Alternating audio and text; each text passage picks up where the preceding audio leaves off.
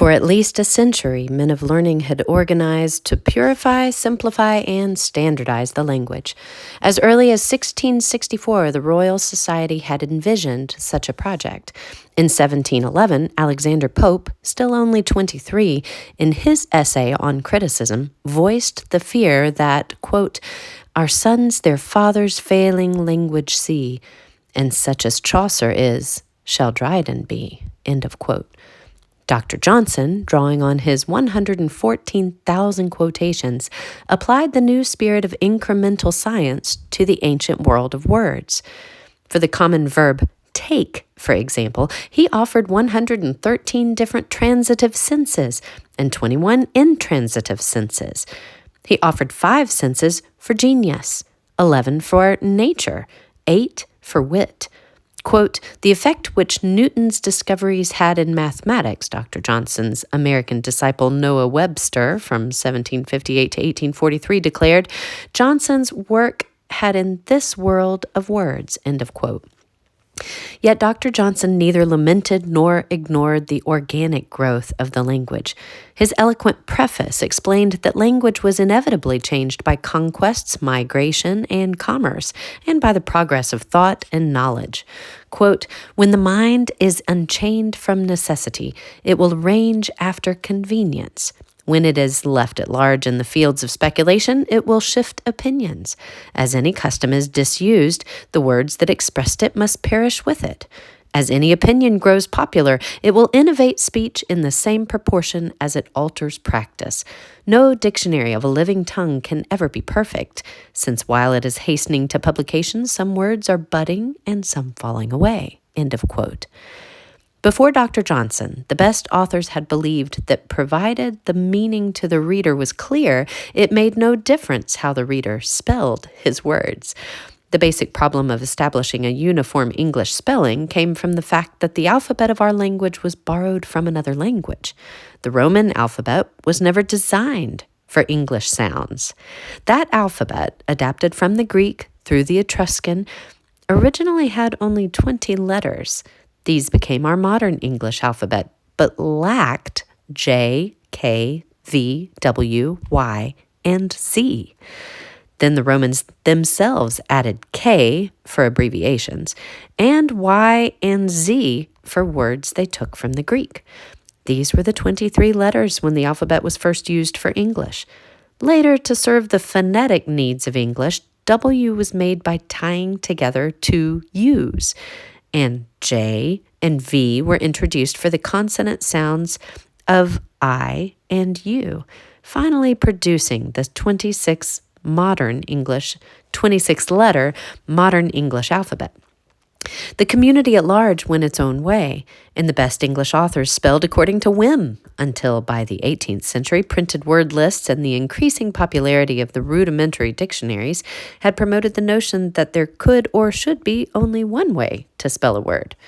In 1750, Lord Chesterfield, 1694 to 1773, the paragon of superficial propriety, to whom Dr. Johnson 3 years earlier had dedicated the plan for his dictionary, warned his son, quote, "Orthography is so absolutely necessary for a man of letters or a gentleman that one false spelling may fix a ridicule upon him for the rest of his life. And I know a man of quality who never recovered the ridicule of having spelled wholesome without the W," end of quote. Transatlantic Englishmen in America hoped that knowing the proper spelling of Standard English would give them the authentic mark of culture. Noah Webster, who began as a schoolmaster, first won fame and fortune by his American Spelling Book, which appeared in 1783, and in the next century sold more than 60 million copies. But President Andrew Jackson was reputed to have said that he had no respect for a man who knew only one way to spell a word. American cultural insecurity, which had created the market for Noah Webster's speller, produced a continuing demand for Webster's American Dictionary of the English Language in 2 volumes from 1828, which made his name a synonym for dictionary. Ironically, the works of the most sophisticated English and American dictionary makers in the 20th century helped liberate the English language from the despotism of dictionaries and sparked the effort to discover the lost treasures of the language in the changing uses of words in the past. Another heroic British lexicographer, James A.H. Murray, from 1837 to 1915, conceived the Oxford English Dictionary as, quote, the greatest treasure house of any language in the world, end of quote. The Philological Society of London in 1857 began its plans for a historical dictionary.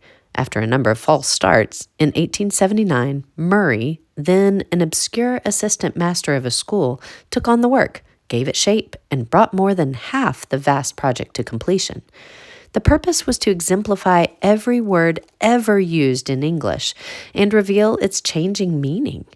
Illustrations were collected and copied by thousands of volunteer enthusiasts. Before 1900, these slips exceeded 5 million. Among these volunteers were Murray's 11 children, who joined in the tiresome sorting of the word slips into their alphabetical order.